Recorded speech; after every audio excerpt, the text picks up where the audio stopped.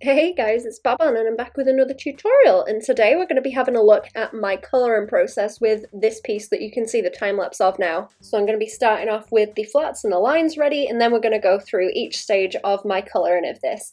If I mention any tutorials in the process of this, I will be putting links to them both in the video if you're watching on YouTube, and also down in the description in the same order that I'm going to be mentioning them. Okay, and let's sneak in a little tutorial preview before we get into it as well. The first thing I'm going to be looking at is going through the original file and showing you the way I've laid my layers out. I also have a little key of how they're split up.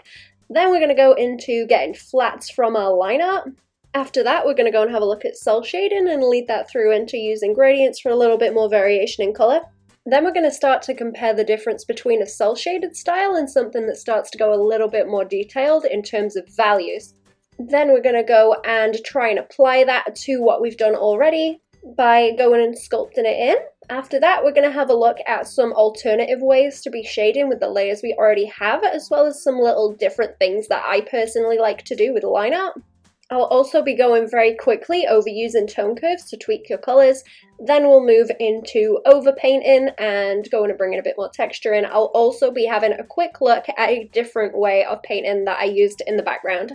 This tutorial is also one that's come out early on my Patreon. I will be putting extra pieces on there to go with this. You'll be getting the line art if you'd like to colour along with this tutorial, as well as process shots of it as I've gone through it. You'll also get more early tutorials, as well as storyboards and sketches of things that I've done. Anyways, let's get going with the tutorial.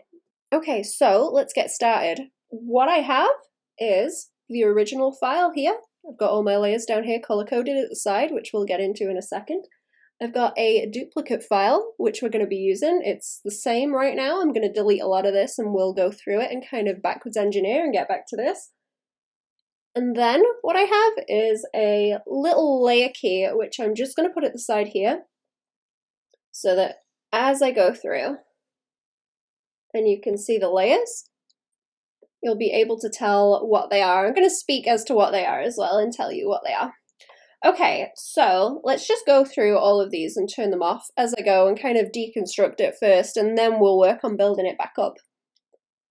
Okay, so I have a few little things on the top which aren't things that I've kept. I've got like a colour palette, I've got my refs here at the top that I kept on it.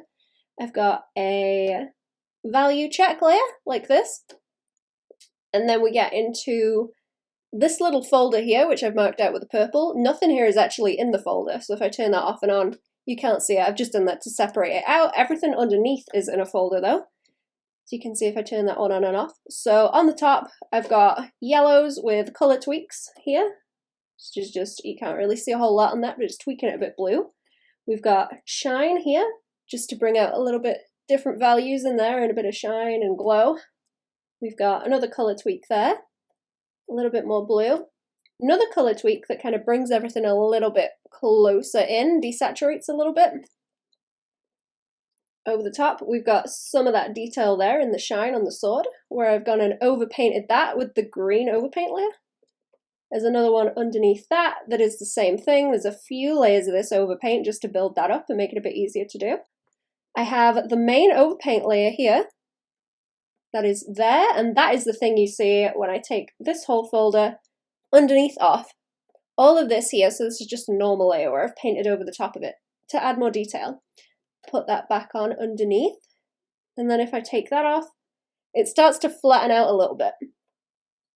On top of this, I have a color correction tone curve, which to even my values out a little bit. I have the lines turned on underneath. Here, here, and here. I have 3 different ones of them just to make it easier for me to keep them separate. But you can merge them down if you'd like. Let's take those off. And then underneath, we have a color tweak with this overlay here that's just a little bit of that fiery design there to light it up. Also, I have this flats layer in the blue, flat colors underneath. It was my original little concept for the fire. But if you were to do something simpler like this, it would work better like that, maybe. As we go down into orange, we've got shading and rendering down this way. So we have this, that is all of this light. I have another one too. I have 2 layers of this actually. One is a little bit more reduced, and that's just boosting it up a little bit because it wasn't quite enough just on this kind of level. So there's 2 of those. I've also kept the base one underneath that's quite a lot more chunky, sharper edges that we'll be using later. Underneath that, I have this shading and rendering. Underneath that, we have a little bit of a value gradient over the top of everything, just to set those in.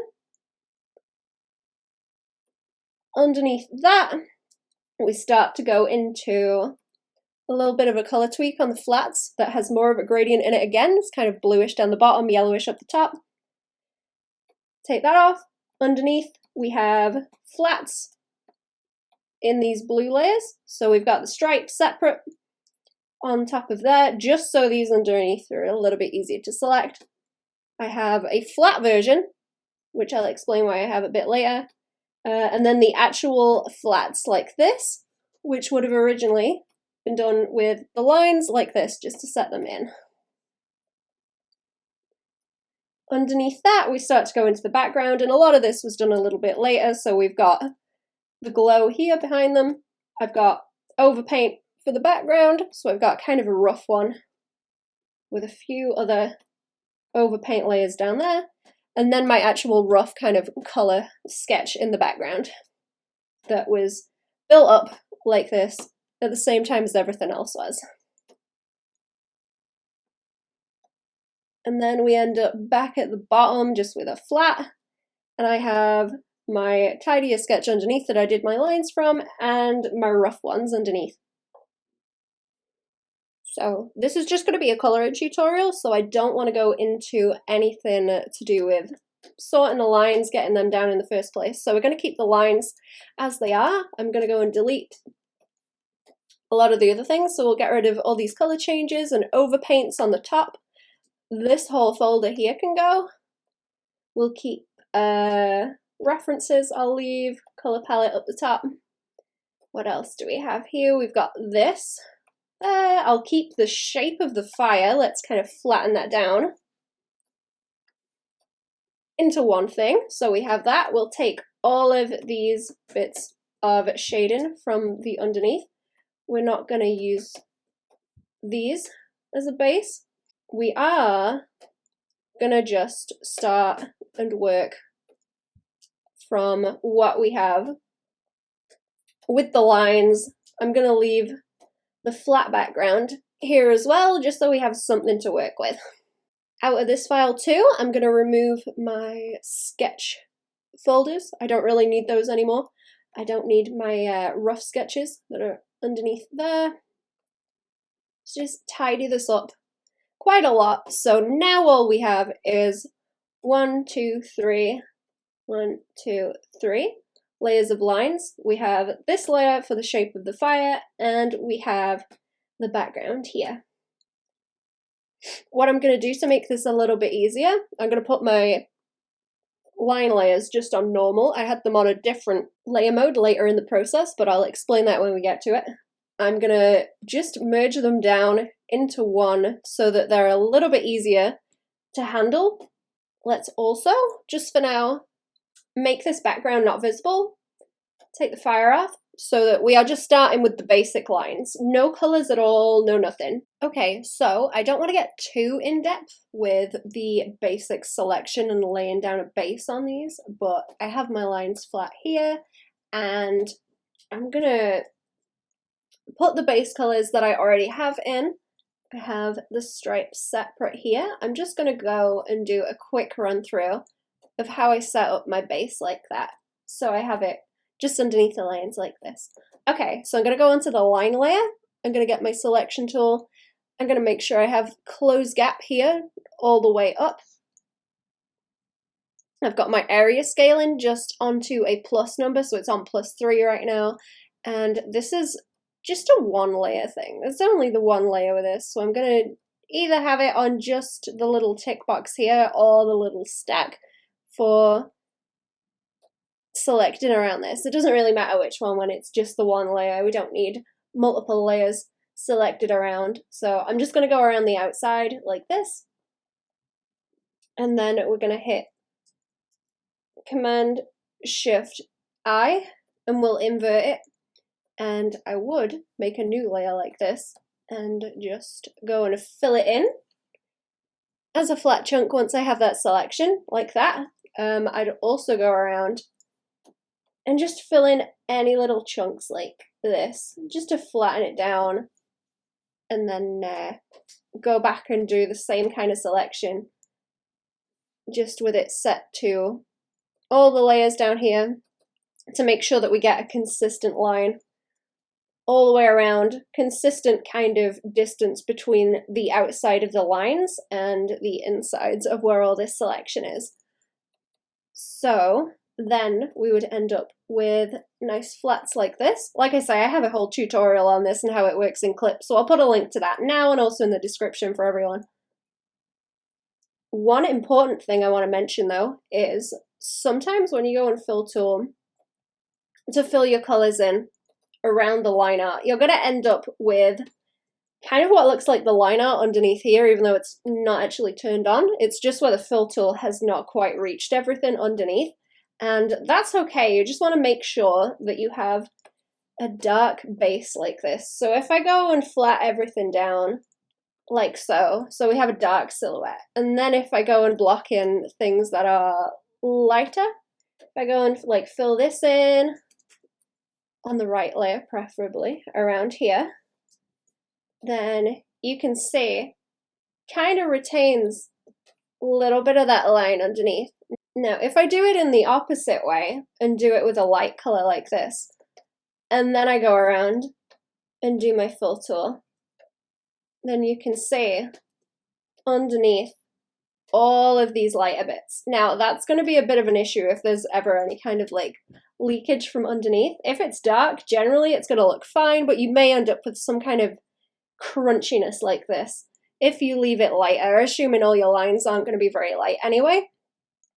But we just want to make sure that we keep that base dark before we go and fill our colors in like this. Next, I'm going to bring just that background color that I had in, because I'm pretty sure I had that in around this stage, just give me an idea of the colors. Another thing I have is just my stripes on a separate layer, just so that when it comes to a later stage, when I want to do a little bit of that shadowy rendering, I don't have to go and select around all of this in single little sections to make sure I have everything. To select that area of his body, I just need to turn this off and just select specifically like this color here. It also makes it easier if I ever wanted to change or put any shine into any of this layer. So if I wanted to do that, for example, and just have it affect this. Another thing that I should mention as well is just this little layer lock up here, which is something that I'm using right now. So if I unlock it, you can see it kind of escapes everywhere. It doesn't stay within where that is. If I turn it on, it just stays within where that is. So that's another basic thing we're going to be using quite a lot. That's also in that original tutorial that I just mentioned for doing all of this filling in and putting your blocks down.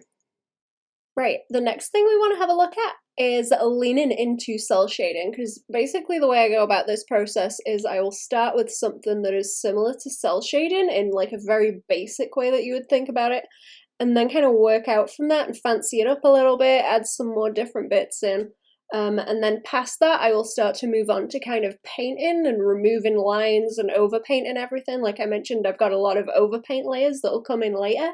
The first thing we want to do is start thinking about where all this light is going to be coming from. So I'm going to bring my flat shape for the fire in first, and I'm going to bring that in a yellow to give us an idea of the kind of colors that we're going to have. The next thing I'm going to want to do, and I do have a basic cell shading tutorial as well that I can link to, that is basically the same process as this, maybe goes over a few more things. But what I'm going to do is go to my flats layer here. I'm going to make a selection from the layer like this, right click the layer again, come down to selection from layer and create selection. Or you can make yourself a shortcut for that one as well. Then I want to put this on top of those base colors and also the stripes. So I'm going to make a new layer here. Let's make it a orange layer for my shading and rendering, because this is going to be where I put all that light from the fire in at the top. And since we've still got this selection on the go, I'm going to mask it so that nothing goes outside of this shape. So I'm going to go and right click on this new layer. I'm going to go down to layer mask and mask outside the selection. There we go, and you should see a little mask has popped up here. Now be very careful when you're using masks. You don't want to stay clicked onto the mask. You can click between that and the actual layer. You want to make sure you're on here. Okay, so let's do the same thing as on these other layers. Where are my cell shady layers? Okay, here they are. So I have basically just this that is very kind of sharp. There's not really any smooth edges to this at all. At this stage, it's just very flat and chunky like this, and then it kind of leans a bit more that way later where I go and soften it out. So that's what we're going to be doing on this next, is just going in, and you can either do it with like the brush or something, block it in like this. I like to use different layer modes as well.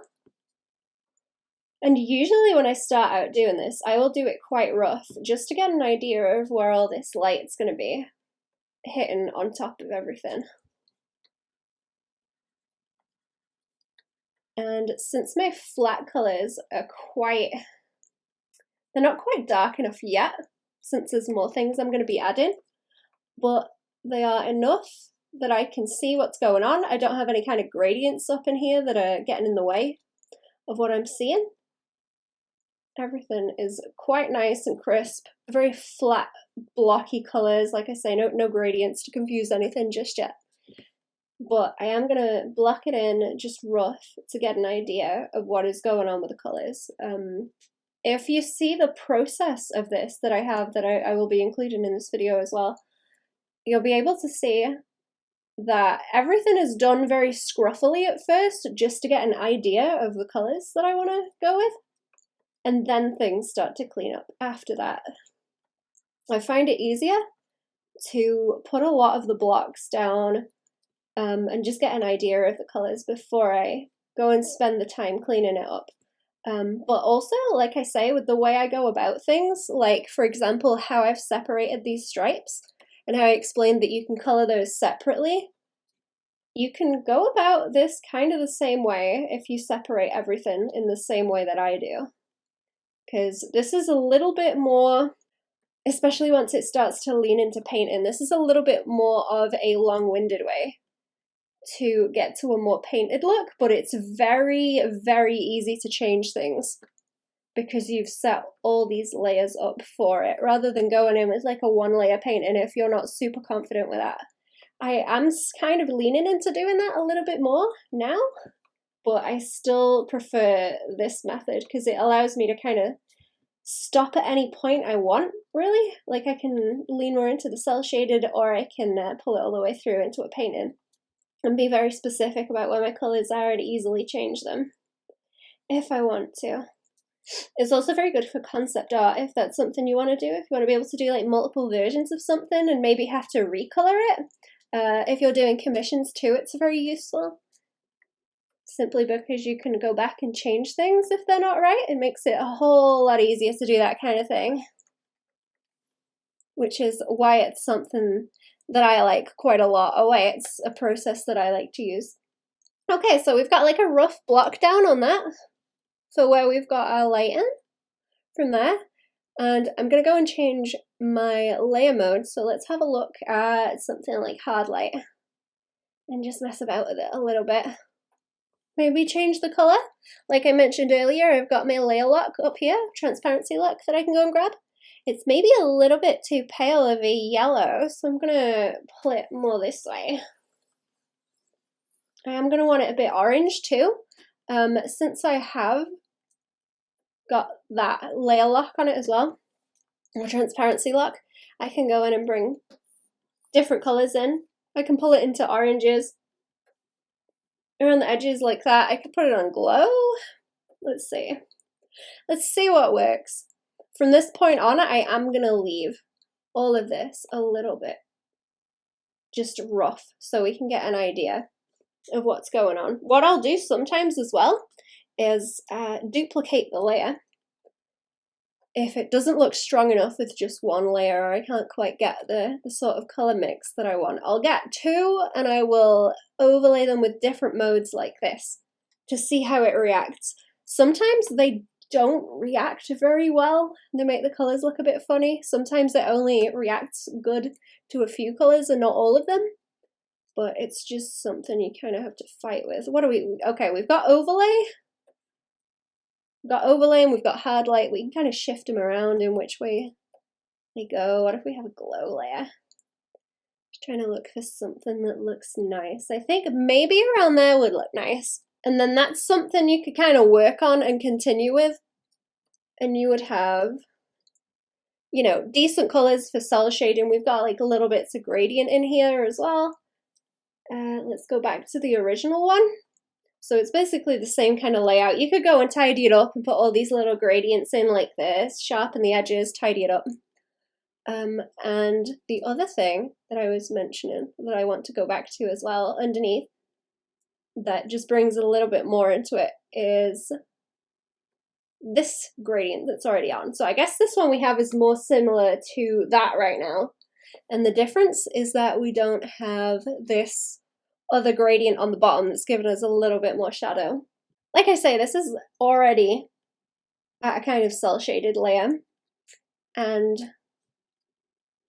what I'll do if I want to add a little bit more is let's duplicate the layer again, because I already have the mask that I want. So I may as well copy the layer and then clear what's on it so we have a nice blank one. And in the same way that I've kind of leaned these colors that I already have into bluish to match with these overall colors that I have in the background here, I will also lean the colors that I have on this into the blues around the bottom. Give it a little bit more variety in the color, a little bit more complementary down this way. Maybe a little bit darker and a bit more saturated. I tend to find, especially with hard light layers, if you want to shade with them, it's better to go with one that's quite dark and also either very saturated if you've got something you're shading that is the opposite kind of color, or a bit more desaturated if it leans more into the color. Okay, and then I want to lean into more of the orange up here, so this also has a little bit more bloom from where that light is. So you can already see that this is kind of working as it is, as a little color test. This is on quite low actually with the opacity, but I can turn it up and you can see how it kind of chunks out more into those colors. That's when it's turned all the way up and you can get like kind of a nice mid-ground there where it blends with the rest of the colors that I've already set down in that background for a little bit of a kind of color guide for myself. Alright, so what we've ended up with here is basically like a nice little cell shaded piece. This is probably about where I'd stop if I was just going to cell shade it. I've got like a little bit of gradient in the base colors, I've got a little bit of gradient in the light, and it really just needs tidying up. As we move on to the next part of the process, what I think I'm going to have to do is talk a little bit about values and colors. So I'm going to leave that on there, and I'm going to bring in my grayscale check on there. So you can kind of see already in a little bit of what I've done, I've kind of started to shadow in down this way. I'm going to bring in a little bit more of the background, I think, as well, as we start to lean this way from this one.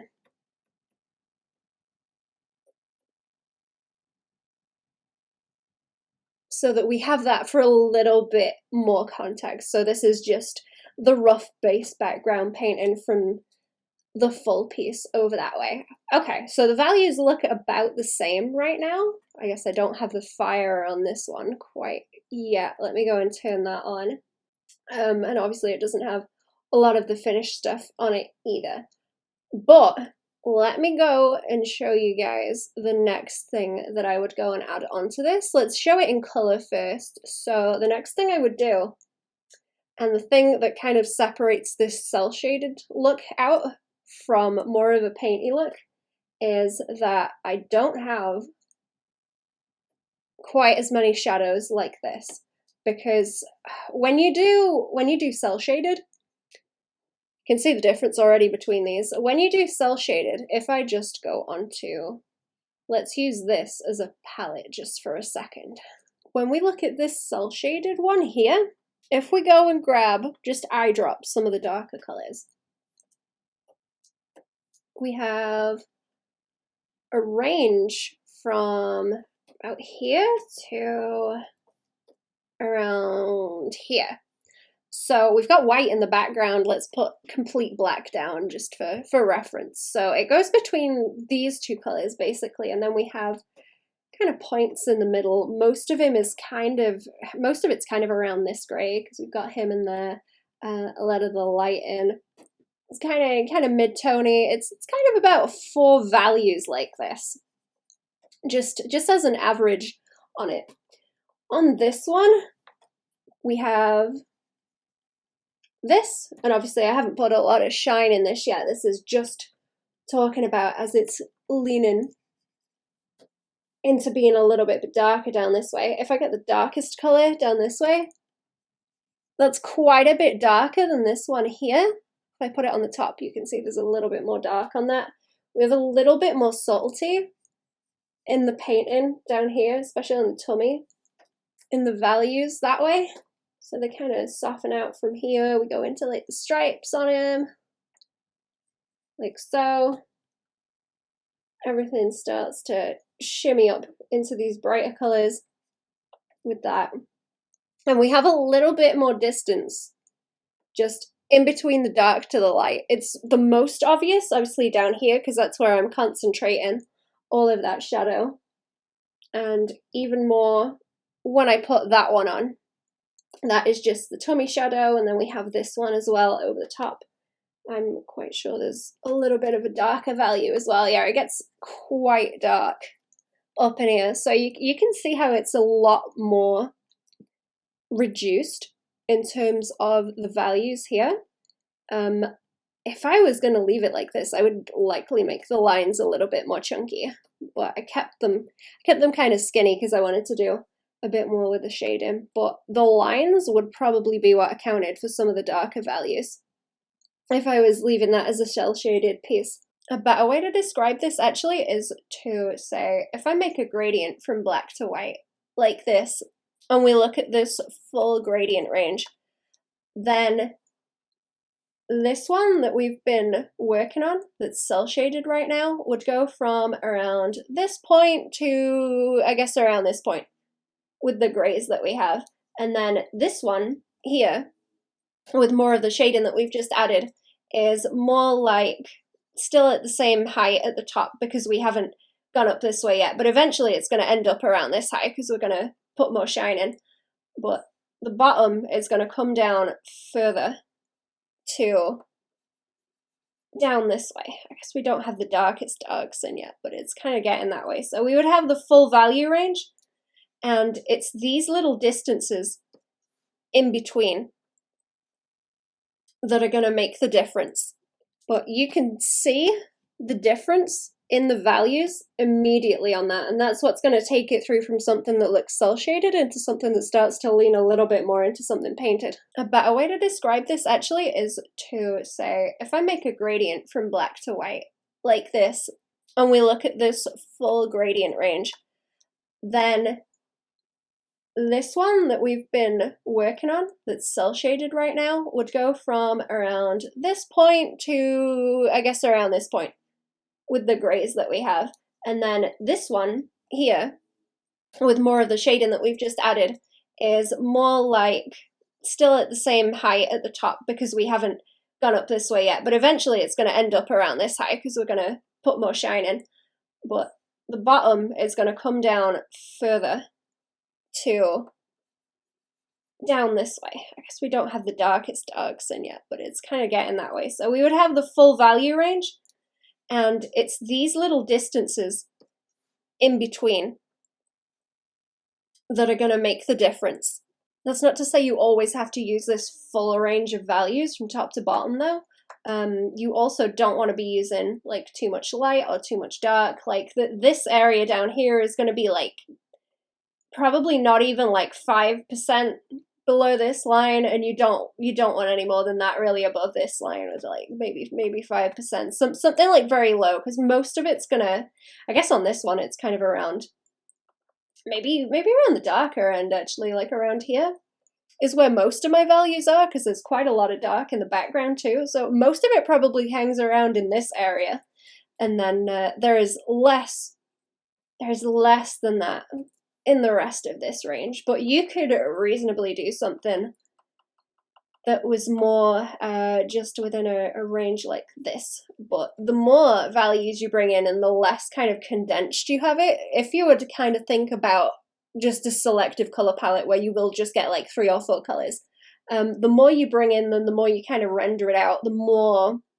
of this kind of style it's going to look, the less kind of stylized, because you have more detail in it and a wider range of the values. So let's take these value checks off. You can start to see it when it's like this as well. It is getting quite saturated as well without some of my desaturation on the top. Okay, so if we look at this original one and we take a look through all these orange layers that I have, let's go back to the little layer key like that, so we have that at the side. We look at the orange layers, you can see these are shading and rendering layers as well. And I mentioned earlier in the video as well that I had a flat base like this, and when I take that off and we lose the context of like the stripes and the different values that are just underneath on him anyway, and we have this flat base, you can start to see how it kind of is a bit easier to look at and understand what's being done with all this shading. It kind of just looks like a sculpture since it's in one color, so it's a little bit easier to tell what's going on and where it's been shaded. I don't have this one on either. There we go. There we go. Okay, so that's going to be the next step, is going and doing some shading like that to start to sculpt it out. So let's squidge this down a little bit. I'm actually going to go and grab this flat base color layer so that I have that. And it's going to go just on top here of where my flats are there. If you want to do this while you're cell shading as well, I think that's actually kind of a good idea too. If it's easier for you to see form without having all of these colors on there, and obviously they're changing colors because it's different layer modes. If it's easy for you to see it as a flat thing like this, just to block it down, I think that's a good idea too. It's very useful just to have a flat layer like that. Anyways, also in these layers you can see on all these orange ones, I have the same mask all the way down. So all I'm doing is like copy pasting this one that I already have with all of these. Okay, so let's copy paste that one. It's gonna go wacky colors for a second, but we're gonna erase what's on it. And you can do this on a normal layer. I think I had mine on multiply,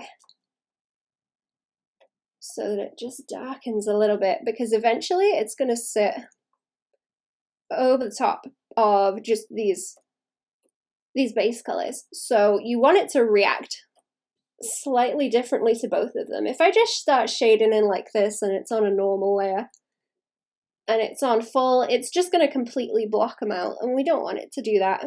So I'm going to put it on multiply. You can try this out on different things though. You can try it out with different colors.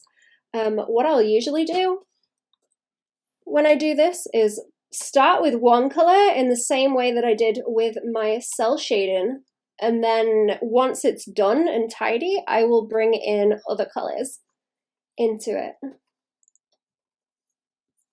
I'm not sure if I did it on this piece. I think I just kept it dark, and then a lot of the other color overlays helped with getting it to blend in, since a lot of the other color changes were over the top of it. But like I say, the idea of keeping all these layers separate is that you can lock it, and then you can pick a different color and you can like bring it into it if you want to. If you really wanted to, I could go and make it like a dark red instead, and we could pull it that way into the shadows. It's not too obvious right now because I haven't cleaned it up very much, but it's just the idea of going and sculpting it in a little bit.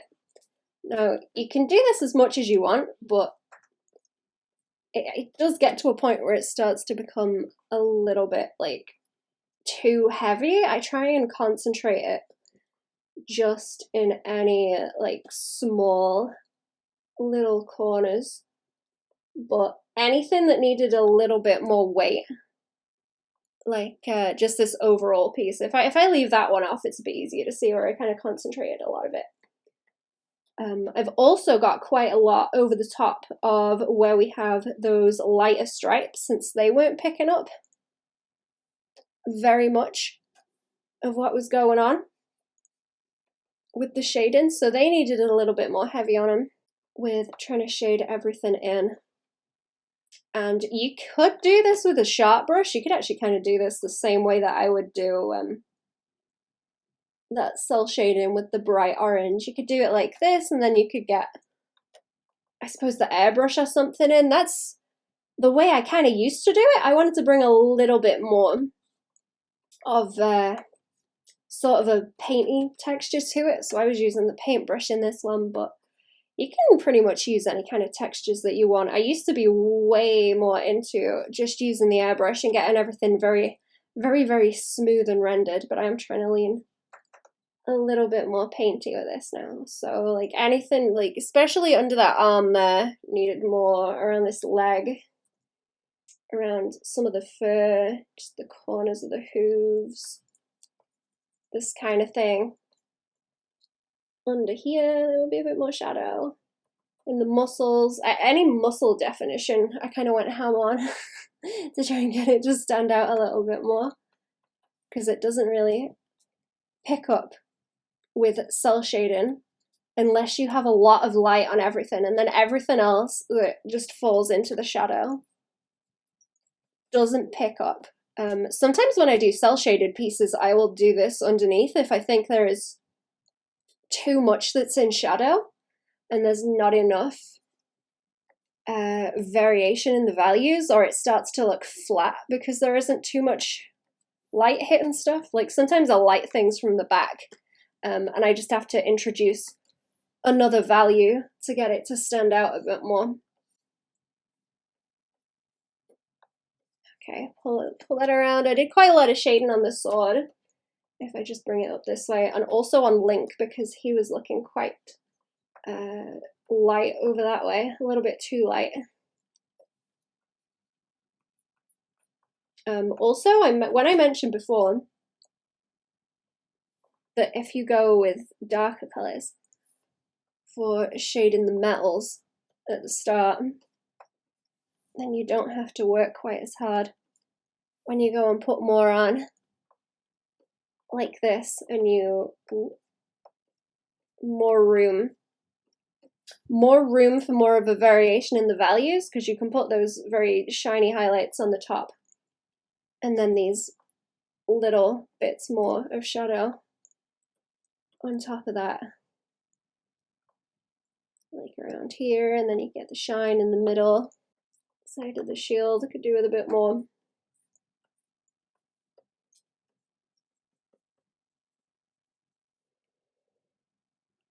Also, like I said, especially where there are these stripes on him that aren't picking up very well unless they have more shading over the top of them. Let me swap this back on the other one so you can see it with the flat colours as well. Like that, there we go. It's a little bit more visible, especially around these muscles and the leg and the front leg and the back leg there, where we have that on the go. Let's zoom back out a little bit as well. Put a little bit more heavy in there. I think at this stage as well, I would not be as slapdash with it as I was with blocking the cell shading down. This is kind of to the point where you can start being a little bit more solid with it. That said, if you do need to be a little bit more squiffy with it to get the idea of it first, and then redo it, like do a rough version and then do a tidy one, that's fine also. But by this point, I'm usually like figured out with where it's going. It's a little bit easier. Okay, there's a little bit on Link's spot. Link's spot is like way too light over that way, and the side of his cape is too. And down that way there. Okay, let me zoom back out on these. Now they're kind of leaning the same way. And let's put the gradient checks back on. Or the grayscale checks. Here we go. Here we go. Now, like I say, I haven't done quite as much. I may go and bring in the one that I've already done over there on this one. But you can see now that we have that just wider range of values going on when I bring this into it. And that's the thing that's going to make the big difference as you try and step it up from the cell shading. The other thing that looks a little bit off in comparison between these now as well is if we look at this one, we have a little bit more shadow under here that's blending in. The background is kind of escaping from the values that we've got in this. I am trying to do a thing where I'm keeping the values quite soft everywhere around it, so we've got the most contrast in the center here where the main focus is, and then it kind of washes out around the sides. But since we've got this little shadow underneath, that wants to be in there as well. So I have this little one that I added in here. Okay, so the next thing I want to move on to is having a look at how we can swap the layers around. So what I'm going to do is take these off. I'm going to go and grab everything that we've got that we've just done on this one from the main file, because I think it's going to be a little bit easier to show how all of this would work if I go through it with the cleaner layers. So I'm going to delete these up to here and I'm going to paste them in again. Okay, so now we have all of those in our tutorial version from the main file. So what I want to show you next is just some other ways that you can move these layers around, because I've done them in this order for this piece because that was what was working for me, to go from dark through to light like this. So it's basically light on dark the way I'm working on this one, and then just adding those more little shadows in like so. But there are a few other ways that you could potentially order this.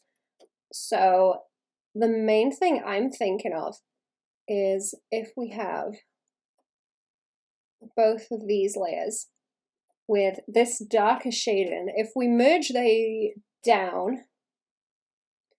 both of them down so they're a single layer, and then something else you can do as a way to color something is to start with something like this. So I've basically got that same sculpting that I've done with this. And if we just have it over the top of this, like I said, it works quite nicely as just kind of looks like a clay sculpture. And what I can do with, where are they? My flat colors underneath, and I guess also my stripes too, is go and bring those onto the top here, I can set them to color like this and apply the colors to what I have. Now, setting it to color is just going to move it to the colors that it is. It's not going to take any of the values into account. So what we can do is copy that layer again, put it underneath here. I suppose where that solid one is even, and if we change the layer colors around a bit, I think it was darker color works or hard light works as well. It just doesn't have quite the same color variation when you do that, but if you were to go and paint this with that kind of shading on the top and then get all of your values blocked down onto it and then bring the colors on, you could also do it that way. For example, if I just had the flat color layer like this, if I bring that underneath here, these don't really need changing because they're kind of pale anyway, but if I go and change that just to grayscale and take all of the color out of it, so we just have the values and then this shading on the top, then I can also put my colors on like this, and I could also tweak that way with that over the top, but that does kind of deep fry it a little bit more than what I was wanting to. But that is also another way that you could go about this. It's a little bit easier if I take that off, but yeah, we could always do just values like that, and then you could do your shading and then also use the flat block color like this that you've put down and set that to color to overlay onto everything. But you're going to have a little bit more difficulty doing the gradients on this, or you're going to have to do it a little bit after. Like, you could focus on doing it this way first and then start bringing the gradients in, but that also works if you want to kind of lean that way and then bring the lighting on like this. I'm going to keep going with the other way I was doing it though, but that's just as an example, because all these different layers that I'm using, there's a bunch of different ways that you can use this. You don't have to use all of these in the exact order that I'm doing it. You can muck about with them, change them around, switch them about, and figure out a way that suits you for the way you want to paint stuff or render stuff. I won't even necessarily use the same way of doing things every time I do something. It kind of depends. Like I say, this is more of a dark to light piece. A lot of the time I'll do light to dark, so I'll be shading the shadows in, like with these layers, I would be erasing that and then shading in the rest. Okay, I think the next thing I started to add in was, now that we've got a lot of the shadows and the shine and everything, we're going to want to go in and put some more highlights and kind of start to balance that out a little bit more. We can start overpainting at this point as well. First of all though, this in the back could do with softening out. So that's got a little bit more of a boost around the edge like that.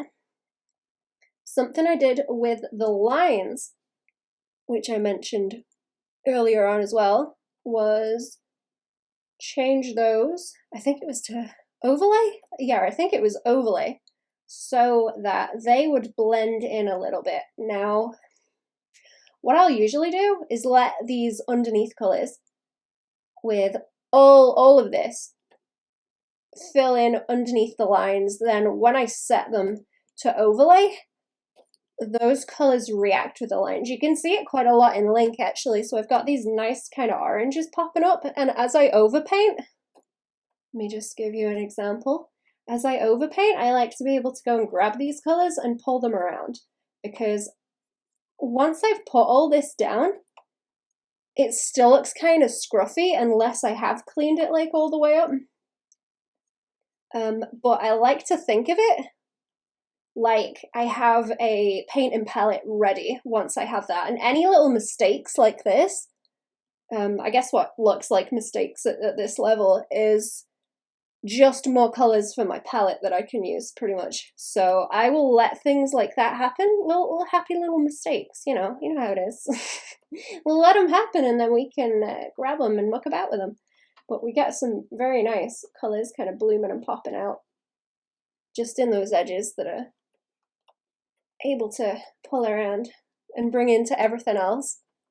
I use that quite a bit. If you guys have seen any of my other paintings, they're a little bit more this way, that I end up going in and actually overpainting quite a lot. This is a thing that I tend to do on most of them, because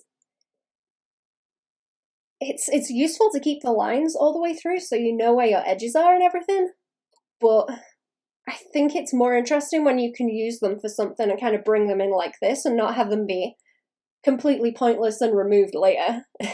Even if I do end up removing them, then I still have these little remnants of these colors that I got popping out like so. Right, let's zoom out on these for a little comparison again. So the next thing that I'm looking at now on here in my layer order, we've been through all of these down here. So we've been through, like, we've done the base layers, we've done this little bit of glow behind, we've got a little bit of the background in, just as it's painted it in. I want to go and do a little bit of an explanation of what I've done with the background later as well. We have this, we have the little gradients, we have this undershade in here, we've done these cell shaded pieces at the top to block it in, we've still got the chunk of fire, a little bit of glow on the top, we have all of our lines, and then we start to come up into these green and yellow layers as we're getting to the end, or perhaps not the end, but closer to it. So the next thing that I have is this layer, which is just changing my colors a little bit, as you can see there. So it's bringing in a little bit more of the red and dulling down some of the kind of bluish colors. Now that, you might be able to see, it says tone curve underneath it. Now this is something that you can do to tweak your colors and your values pretty easily, because as I was going through this, I was thinking maybe it's gotten a little bit too dark, it's gotten a little bit too, I guess, kind of warm, kind of dark blue purple-ish leaning, where it was supposed to be a little bit more burgundy and then have that purple further in the back. So the way that I make a tone curve, and I'll do a quick explanation of it, is you can either do it on a layer or you can do it as a layer on its own on the top, so you can turn it on and off like I was showing you here. So the way I make it in a single layer is to go to layer at the top, then new correction layer, and tone curve here. And you can set your own shortcut to it. Mine is not a default one. It's one that I've set myself. Okay, so you should be able to see now this is the curve for the values. So I can move this around like so and adjust them. So what do we have? There are some down this way that I feel like do with a little bit more light on them. Did I say a little bit of the red has gone out of it? We want a bit more red down the bottom here, or around this area, because it goes into those kind of middle values around the top. Yes, into these midpoints, especially that shine on the sword. Wanted a little bit heavier on that. The green here just will lighten up a bit down the bottom there, and a little bit, especially into the shine on him, the ones a bit softer. And then the blue in the middle there too. Like this. I don't want to bring too much blue in because it's going to lean a little bit too much into it on link, which I don't want. I don't want him to end up too blue. Tweak the values back again. Okay, that's a better lean, I'm thinking. And then I'm going to hit OK. And if I turn this off and on, you should be able to see where that's changed a little bit and just brightened up some and tweaked my colours slightly.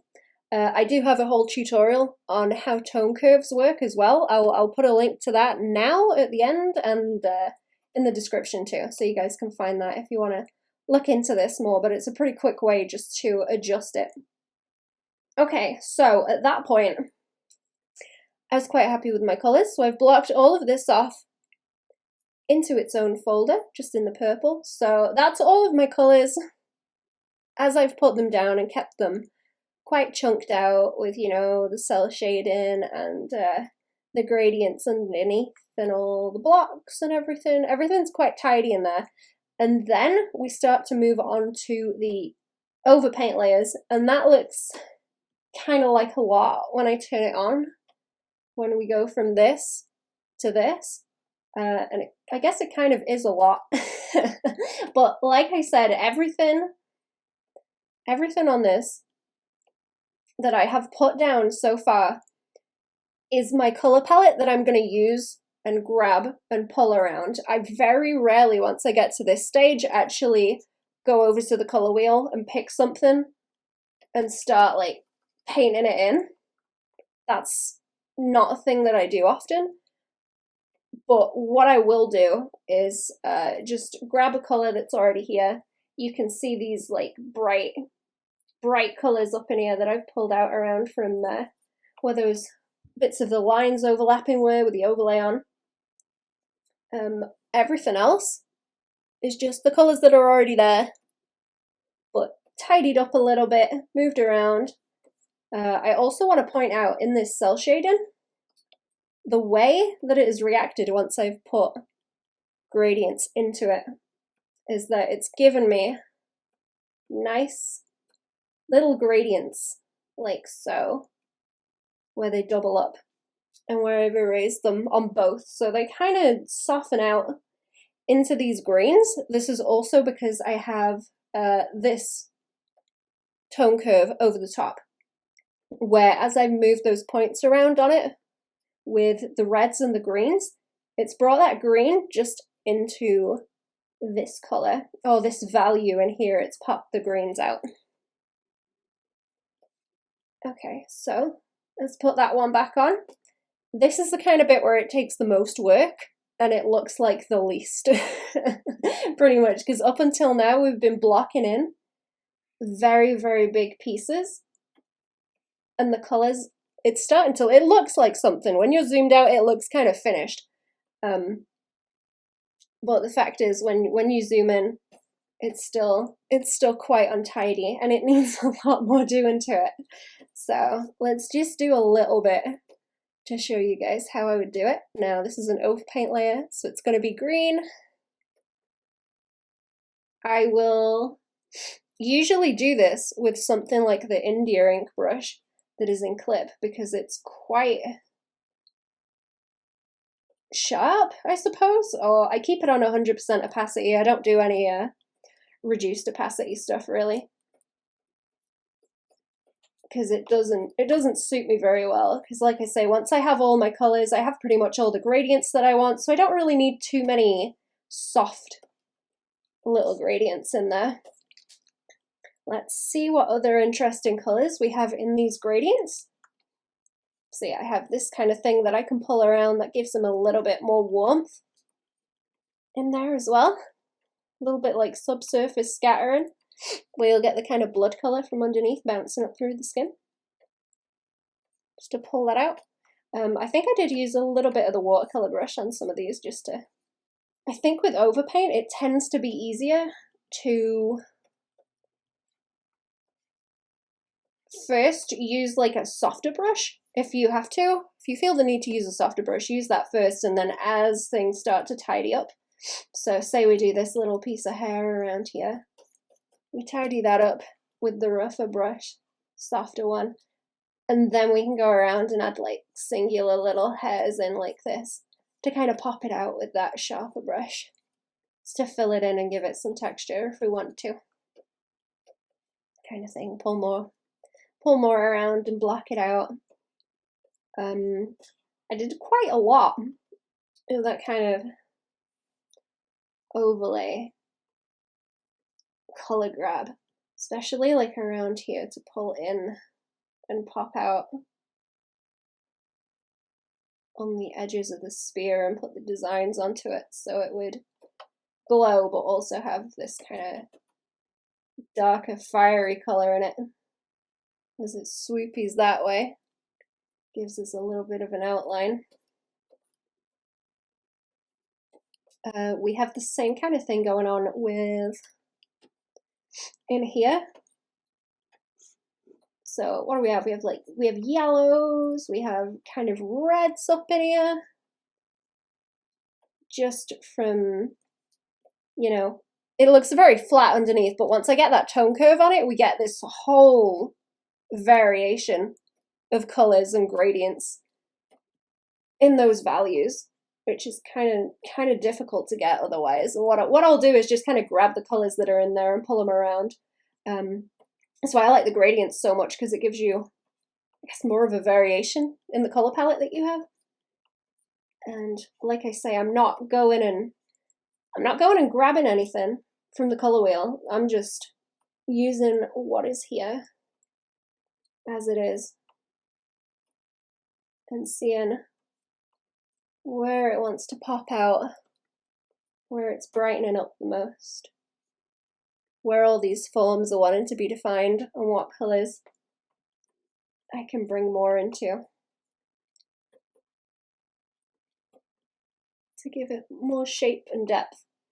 So it's kind of sculpted already. You can see the overall shape of it, but it's just giving it a bit more. And I think you have to be kind of careful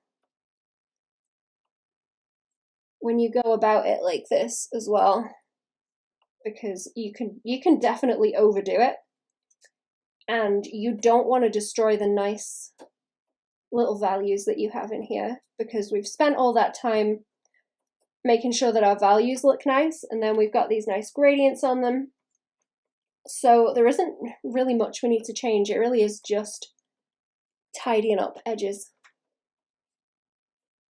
and making sure that they look nice. I've overpainted. Spent like too much time nibbling at it many times and ruined something, because you just end up like completely destroying the gradients. That's kind of what was happening up here with me overdoing it with this sharper brush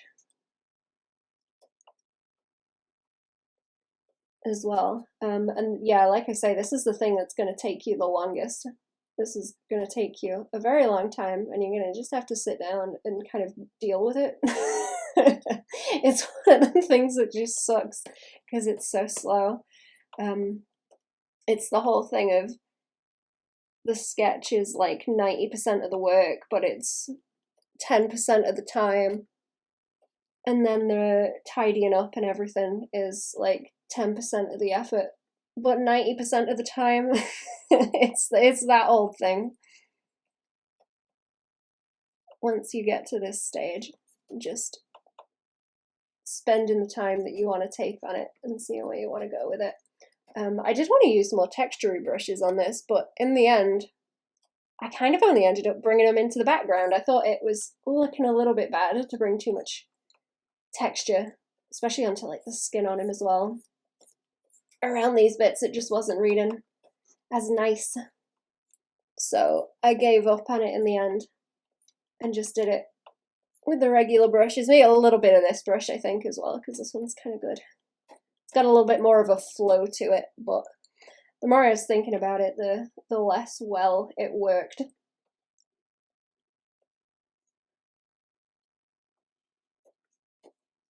What was the other things I did? I think I pulled a little bit of kind of outline around everything to make it stand out a bit more. I think they were colours from the background, actually, because we have a lot of this kind of thing around here with the blues that wanted pulling in, like a little bit of shine and everything down here. to buff everything out. I'm pulling this orange around the side.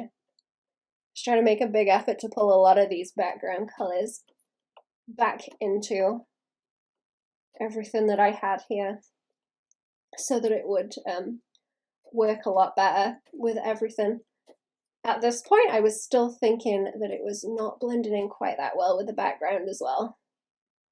So I ended up spending a bit more time with color edits, making sure that it fit in. Yeah, anyways, there isn't really a whole lot of substitute that you can do for just spending a lot of time on that stage. There's the little edits that I done. If I turn them on and off, you should be able to see them.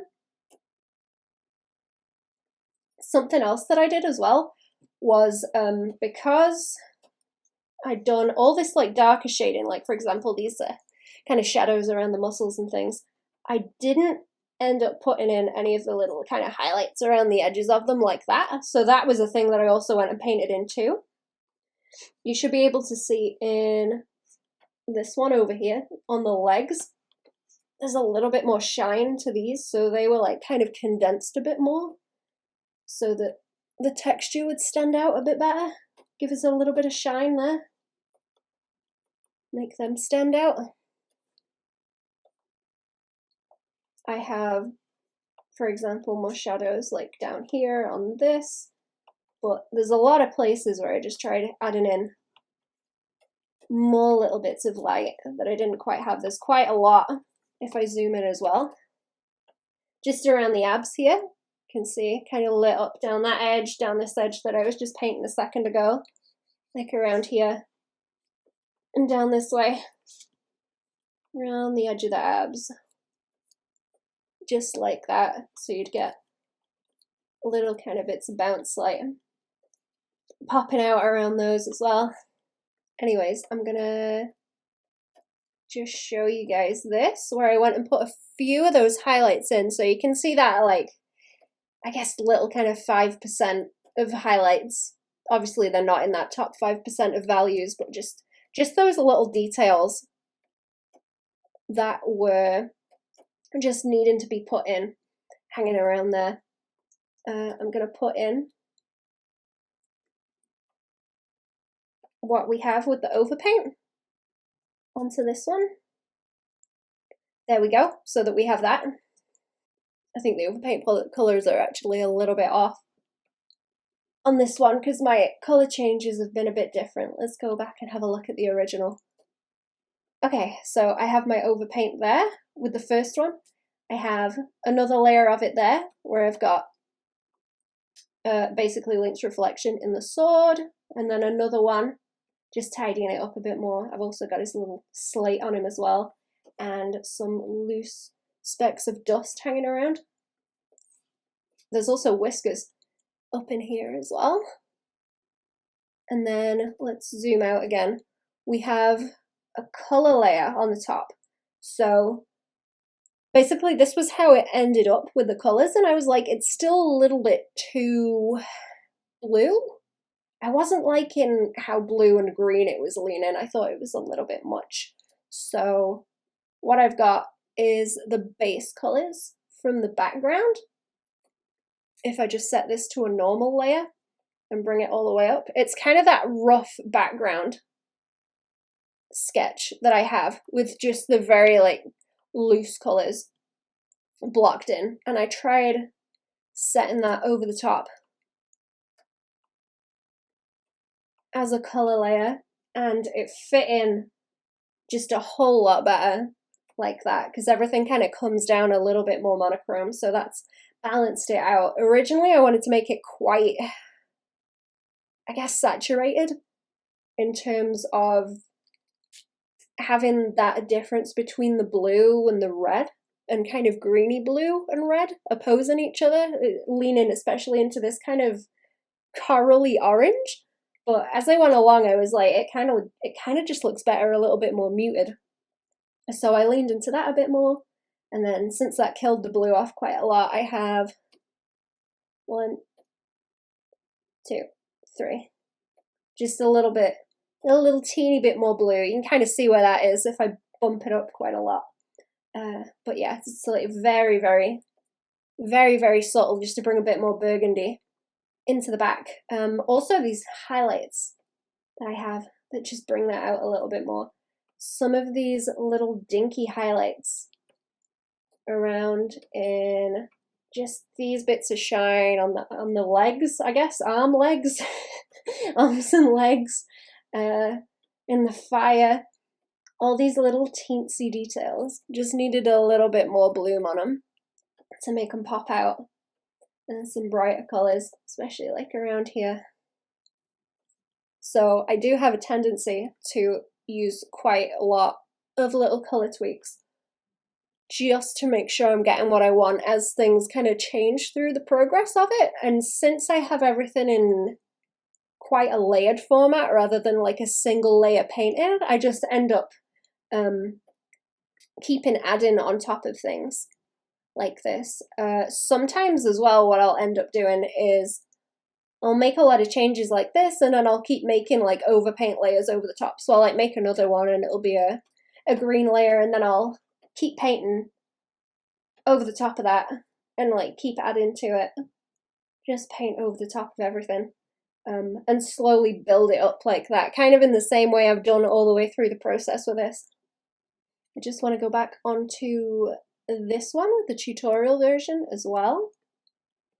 And I want to talk a little bit about the background because I used a different kind of painting method for that since it was a little bit simpler and I didn't want to go into too much detail with it. So let me go and grab the Overpaint version that I have. Now we don't have... Let's take these off so we can see it a little bit better. That just applies to there. Yeah, okay, right. We're going to paste this in, just down here where it is. And like I say, this is one chunk of Overpaint up here. There's a little bit of Overpaint here, like kind of around the sides and everything with these. But it's only kind of those around there and a little bit of edge light down the bottom. Now, the thing that I did first, this underneath here in the background, let me just show you what it looks like if I flatten or remove this. Okay, it really doesn't look like a whole lot, but the way I painted it was just a single color with a very, very soft brush, and then basically used all of this preset color or planned kind of background color and atmosphere color theme. Let that act as my shadows. So I think this is about the lightest version of it, but I just got my very soft watercolor brush like this and kind of soft painted on like this with, I think it was a very like reduced density like this because I was purposefully trying to let those colors in the back come through. So I'm not painting into this underneath. You can see very, very pale ghosts of where I'm painting just this onto the front. And I'm trying to get it to wash out like this as well. I also have another tutorial on how you can paint like this as well, where you put down a ground and then you kind of paint the light onto it. So it's another kind of dark to light process. And then once I had that, I kind of had a nice color palette for what was on the go. We had this little shadow that we added in earlier, and then all I had to do was grab the colors that were already there, pull them around, and just nibble it out a bit more, add some more textures in, tidy it up a little bit. You see, because there's quite a lot of variation in these colors. If I go around and eye drop this, they kind of look blue, but they're all like a very, very, very, very, very, very reduced, like red and yellow, and that's what's making them tip over into the blue rather than them actually being a blue color. It's some relative color nonsense on the go, but because I've kept the colors quite subtle and just used what I've had under there, it's behaved quite well. If I take this background off, then you should be able to see that, like I say, this underneath is like a very, very pale ghost, this is my shadows in that base. I have that little shadow there. And then this is the same as I did the other overpaint, which is just selecting those colours underneath and painting them in. And it looks terrible messy like that, but it's fine when I put the background on. So it's just building it up on top of each other. If I go and put my rest of the overpaint on over the top here, then all of this is the same kind of thing where I've just gone and picked colours that are more in the front and pulled them and painted them in like this, just over the top. Pulled them around. These are obviously a little bit brighter because they've got more of this light hitting them, so I may have pulled in some colours from like around here so that they're brighter and it bounces that way, and the values bring it a little bit closer to them in the middle so that they stand out. And there we go, we're done. That's pretty much my whole process right now as to how I paint. Like I say, sometimes I'll go about it in a little bit of a different way that is just putting the colours straight down and then painting it around and working it out like that. But I still like to stick to this process to make sure that everything is quite easily changeable and I get to stick to my forms and where I want my light in. So everything's very methodical. Anyway, thanks for watching. I hope this helped. If it did, give us a like, share if you think it'll help someone else, and subscribe for new videos on Saturdays. Obviously not every Saturday when I have something to post. You can find stuff earlier on the Patreon, especially the tutorials. Everywhere else I post stuff and stream on Twitch and where you can get commissions and things and prints of this included. You can find down in the description box, as well as links to all those tutorials I mentioned during this. I'll put a link to where I have a bunch of Clip Studio tutorials as well, so you guys can check those out. Yeah, time for watching. Goodbye!